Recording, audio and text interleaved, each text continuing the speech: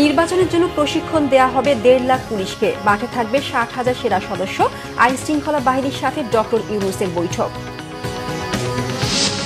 বুধবার দুপুরের মধ্যে রাজনৈতিক দলগুলোর মতামত চেয়েছে ঐকমত্য কমিশন। পিয়ার পদ্ধতিতে ঐকমত্য না হলে সনদে সই করবে না এনসিপি।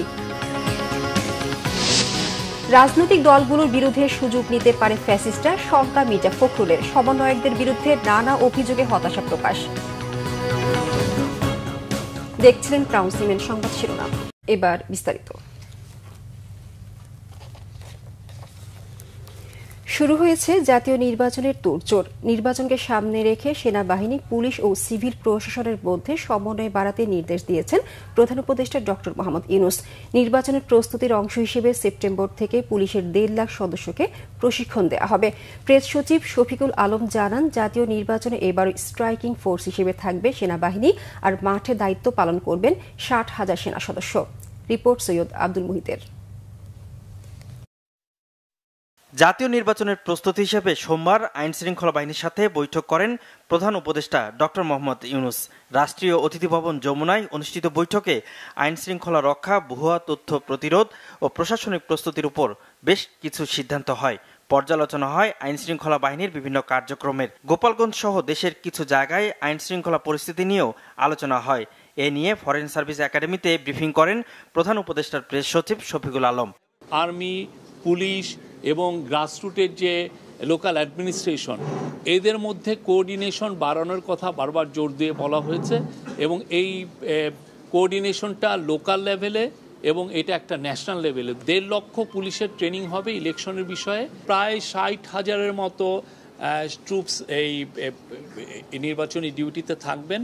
আমরা আশা করছি যে এই নির্বাচনের সময় তাদের একটা বলিষ্ঠ ভূমিকা থাকবে এবং তারা মূলত স্ট্রাইকিং ফোর্স হিসেবে থাকবেন। সংবাদ ব্রিফিংয়ে উপপ্রেস সচিব আবুল কালাম আজাদ জানান, নির্বাচনে ঝুঁকিপূর্ণ কেন্দ্রগুলো দ্রুত চিহ্নিত করতে সংশ্লিষ্টদের নির্দেশনা দেন প্রধান উপদেষ্টা। গ্রাউন্ড লেভেলের সিচুয়েশনটা কি এবং সেই অনুযায়ী যাতে পদক্ষেপ নিতে পারেন, এই জন্য সিচুয়েশন রিপোর্ট কেন্দ্রে পাঠানোর জন্য আইন শৃঙ্খলা রক্ষাকারী বাহিনী যারা যেসব বাহিনী আছেন সবাইকে উনি একটা নির্দেশনা দিয়েছেন। রদবদল হবে, কিন্তু সব জায়গাতেই রদবদল হবে এমন কোনো সিদ্ধান্ত হয় নাই। যেখানে যেখানে প্রয়োজন শুধুমাত্র সেখানেই রদবদল হবে বলে সিদ্ধান্ত। এদিকে প্রধান উপদেষ্টার সাথে সৌজন্য সাক্ষাৎ করেছেন মার্কিন chargé d' affaires Tracey Ann Jacobson. এ নিয়ে প্রেস সচিব জানান, সন্ত্রাসের বিরুদ্ধে সরকারের অবস্থান জিরো টলারেন্স। যে বাংলাদেশ গভর্নমেন্টের, ইন্টারিম গভর্নমেন্টের টপ প্রায়োরিটি হচ্ছে কাউন্টার টেরোরিজম এবং উনি বলেছেন টেরোরিস্টদের ব্যাপারে এই গভর্নমেন্টের জিরো টলারেন্স। শুল্ক সংক্রান্ত আলোচনায় অংশ নিতে ব্যবসায়ীদের অংশগ্রহণের বিষয় নিয়েও আলোচনা হয়েছে বৈঠকে।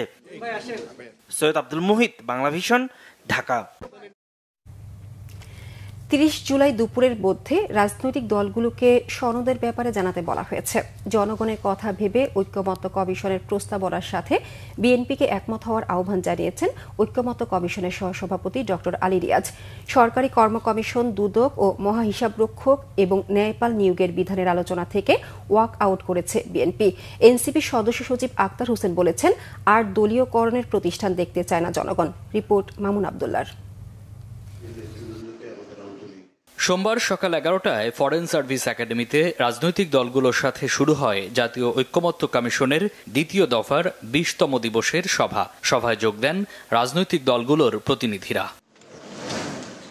সূচনা বক্তব্যে কমিশনের সহ সভাপতি ডক্টর আলী রিয়াজ বলেন, বেশ কিছু মৌলিক বিষয় ঐকমত্যে পৌঁছেছে রাজনৈতিক দলগুলো, তবে সিদ্ধান্ত চূড়ান্ত হয়নি। সিদ্ধান্ত চূড়ান্ত করে দ্রুত সময়ে আলোচনা শেষ করতে চায় কমিশন।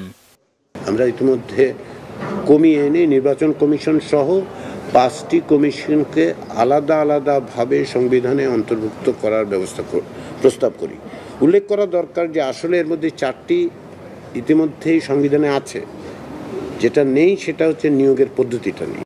পূর্ব নির্ধারিত দুদক, কর্ম কমিশন, ন্যায়পাল ও মহা হিসাব নিরীক্ষক ও নিয়ন্ত্রক নিয়োগের বিধান সংক্রান্ত আলোচনায় অংশ নেয়নি বিএনপি। দলটি বলছে, এসব নিয়োগ সংবিধানের অন্তর্ভুক্ত করা হলে নির্বাহী বিভাগ দুর্বল হয়ে পড়বে। প্রতীকী ওয়াকআউট করে দলটি। কিছু সময়ের জন্য ওয়াকআউট করলাম, কারণ আমাদের বক্তব্য পরিষ্কার ছিল যে সাংবিধানিক কিছু প্রতিষ্ঠান এবং সংবিধিবদ্ধ 2-1টি প্রতিষ্ঠানে যে নিয়োগ, এটা নিয়োগ কমিটি করা এবং এটা সংবিধান অন্তর্ভুক্ত করা, সেটা ভবিষ্যতে রাষ্ট্র পরিচালনায়, সরকার পরিচালনায় জটিলতার সৃষ্টি হবে।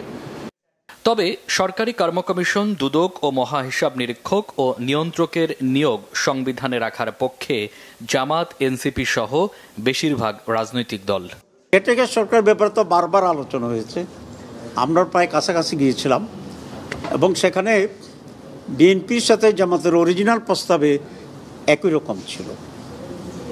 আমরা বলেছিলাম যে সেখানে ফরমেশন হবে, 5 জনের সদস্য হবে, সিলেকশন কমিটি। দু একটি দল যদি ভিন্নমত পোষণ করে বা ভিন্নমত দেয়, আর তাদের সেই ভিন্নমত দেওয়ার কারণে জাতীয় ঐক্যমত্য কমিশন যদি সিদ্ধান্ত নিতে ব্যর্থ হয়, তাহলে আমরা বলবো এই কমিশন দিয়ে জাতির আশা আকাঙ্ক্ষার বাস্তবায়ন হবে না। ভবিষ্যতে যে সরকার, তারা নিশ্চয়ই দুর্নীতি প্রতিরোধের ডাক নিয়ে তারা ক্ষমতায় আসবেন। সেদিক থেকে দুদককে যদি সাংবিধানিক প্রতিষ্ঠান করা যায়, বিএনপি পিএসসিতে এবং দুর্নীতি দমন কমিশন সেই নিয়োগ কমিটির ব্যাপারে, সিলেকশন কমিটির ব্যাপারে তার আপত্তি জানিয়েছেন, সংবিধানে অন্তর্ভুক্তির ব্যাপারে আপত্তি জানিয়েছেন। আমরা বিএনপির কাছে আহ্বান রাখব, নির্বাচন কমিশনের ব্যাপারে আপনারা যেভাবে দলীয় অবস্থান পরিবর্তন করে নির্বাচন কমিশন নিয়োগ করার ক্ষেত্রে একটা সিলেকশন কমিটির ব্যাপারে আপনারা সম্মত হয়েছেন এবং সেটাকে সংবিধানে অন্তর্ভুক্ত করার ব্যাপারে সম্মত হয়েছেন, ঠিক একইভাবে গুরুত্বপূর্ণ বাকি যে সংবিধিবদ্ধ এবং সাংবিধানিক প্রতিষ্ঠানগুলো আছে সেখানেও আপনারা আপনাদের দলীয় অবস্থান পুনর্বিবেচনা করবেন। আলোচনার এক পর্যায়ে হঠাৎ দুপুর 12:30টার দিকে ফরেন সার্ভিস একাডেমিতে ফায়ার অ্যালার্ম বেজে ওঠে। এ সময় সবাই তড়িঘড়ি করে নিচে নেমে আসেন। ঘণ্টাখানেক পর শুরু হয় জাতীয় ঐক্যমত্য কমিশনের আলোচনা। মামুন আব্দুল্লাহ, বাংলা ভিশন, ঢাকা।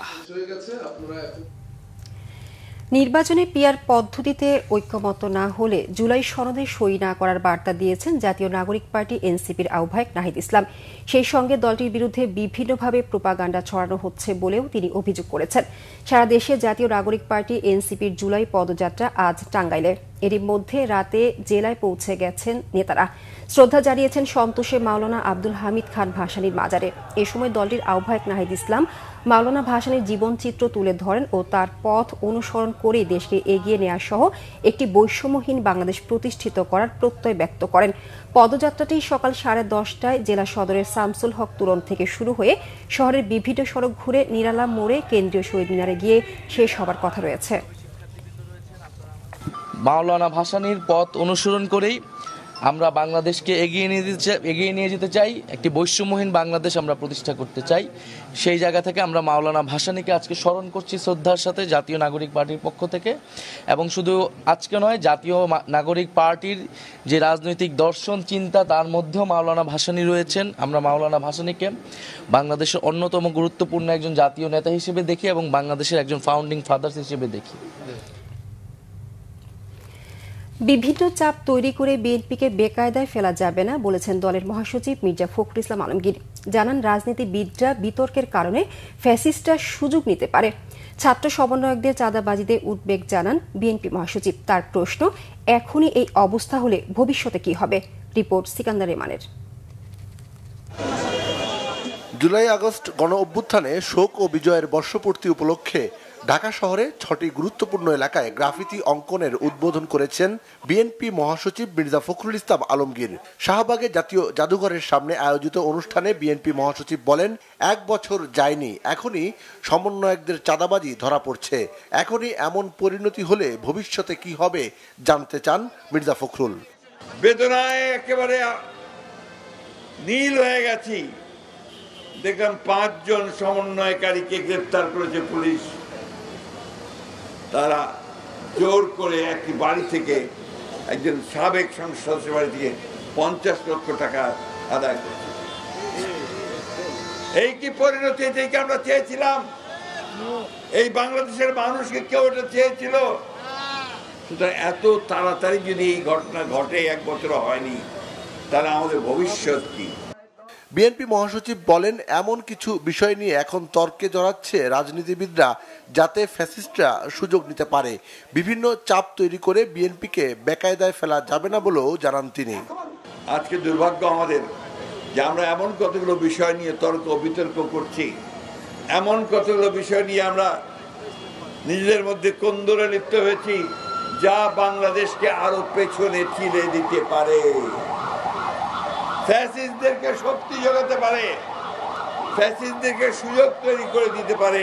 বর্তমান সরকার যারা প্রতি মুহূর্তে সংস্কারের কথা বলছেন, রাজনৈতিক দলগুলোকে দোষারোপ করার চেষ্টা করছেন ইনডাইরেক্টলি, যে আমরা কোঅপারেট করছি না, কথাগুলো সঠিক নয়।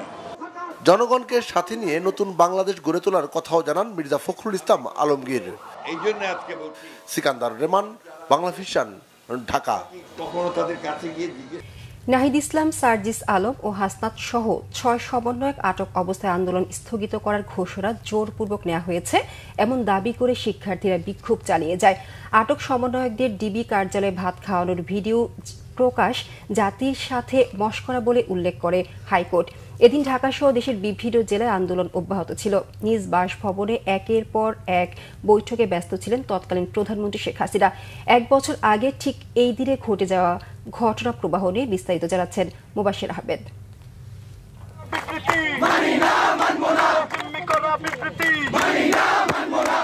29 জুলাই 2024 আটক অবস্থায় ডিবি কার্যালয় থেকে সমন্বয়ক নাহিদ ইসলামের আন্দোলন স্থগিত করার ঘোষণাকে প্রত্যাহার করে অন্যায়ভাবে সমন্বয়কদের আটক ও হয়রানির অভিযোগ এনে এর প্রতিবাদে রাস্তায় নামে সাধারণ শিক্ষার্থীরা।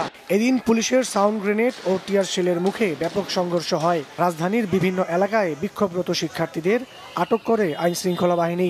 এদিন কারফিউ শিথিল থাকলেও রাজধানীতে কঠোর অবস্থানে ছিল পুলিশ। র্যাবের হেলিকপ্টার টহলও দেখা গিয়েছিল। সার্বিক স্বার্থে আমরা ডিবি হেফাজতে থাকা কোটা আন্দোলনের 6 সমন্বয়কের সাথে দেখা করতে যান তাদের পরিবারের সদস্যরা। তবে তৎকালীন সরকারের চাপের মুখে নিজ সন্তানদের পরিস্থিতি নিয়ে স্বস্তির বার্তা দিতে তাদের বাধ্য করা হয়েছিল, তা বুঝতে আর কোনো সন্দেহই ছিল না দেশবাসীর। একই দিনে আটক সমন্বয়কদেরকে দেখতে ডিবি কার্যালয়ে গিয়েছিলেন সাবেক স্বরাষ্ট্র প্রতিমন্ত্রী সোহেল তাজ।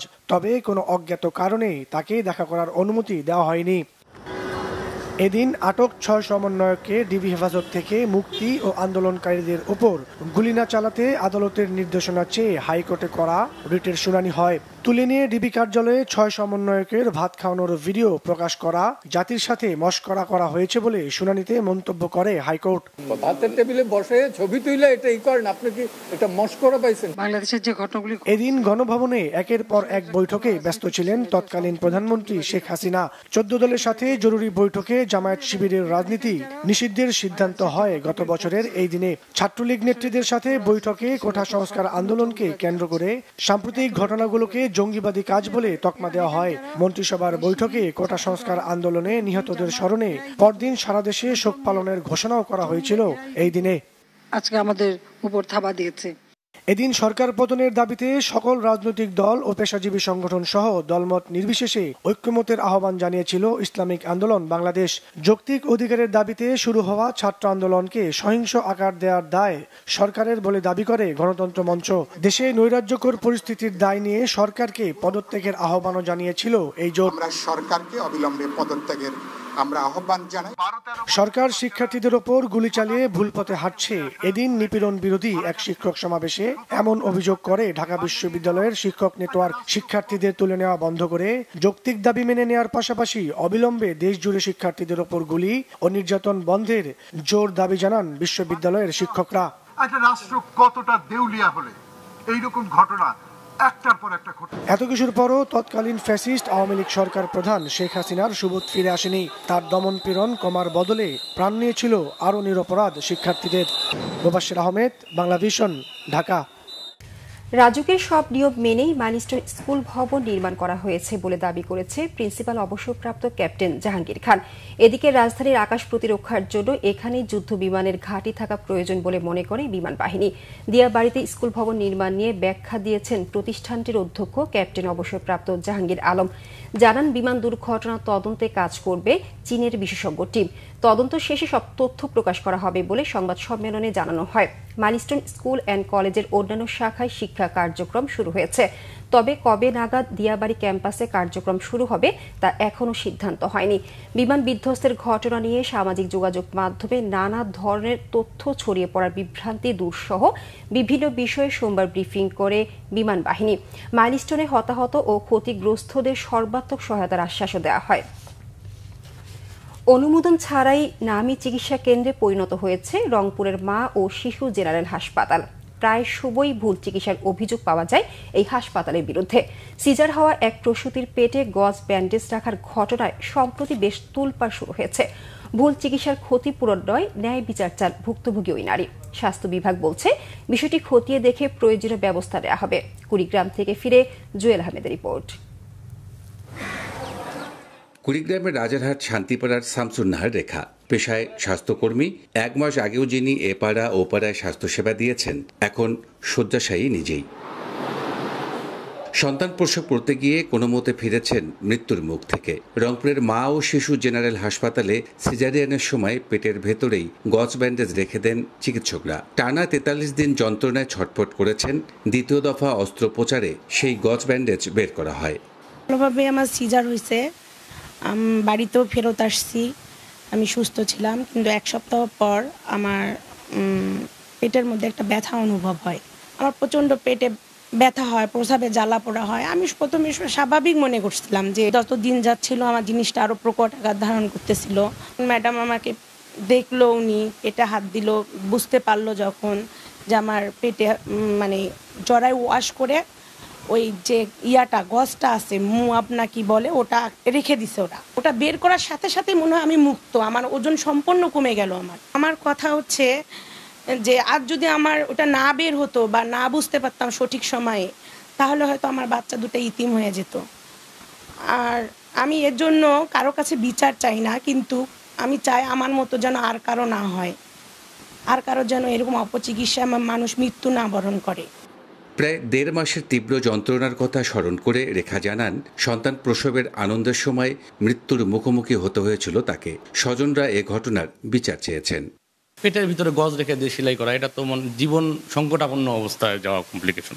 নাগরিক হিসাবে আমি চাইব স্বাস্থ্য মন্ত্রণালয়ের অধীনে যারা ঊর্ধ্বতন কর্মকর্তা আছেন বা সংশ্লিষ্ট বিষয়ে যারা জড়িত আছেন, তারা যেন সুষ্ঠু তদন্তের মাধ্যমে হসপিটাল কর্তৃপক্ষের যে জড়িত এই টাইপের ভুলের জন্য তারা যেন এটা বের করেন, বের করে সঠিক বিচারের সম্মুখীন করেন। আমাদের একটা আত্মবিশ্বাস ছিল, আর বিশেষ করে ম্যামের উপর আমরা অনেক আত্মবিশ্বাস।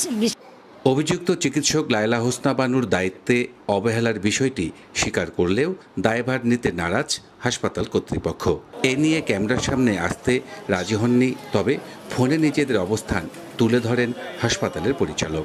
আর অভিযোগ খতিয়ে দেখার আশ্বাস দিয়েছে জেলা স্বাস্থ্য বিভাগ। এটা হচ্ছে আমাদের ম্যাডামের ভুল। ম্যাডাম লায়লা হোসনা বানু উনিও নিজেও স্বীকার করছে যে ম্যাডাম ফোন দিয়েছিল ওনাকে এই ব্যাপার, এই বিষয়। এটা আমাদের হসপিটাল রিলেটেড না এটার সঙ্গে।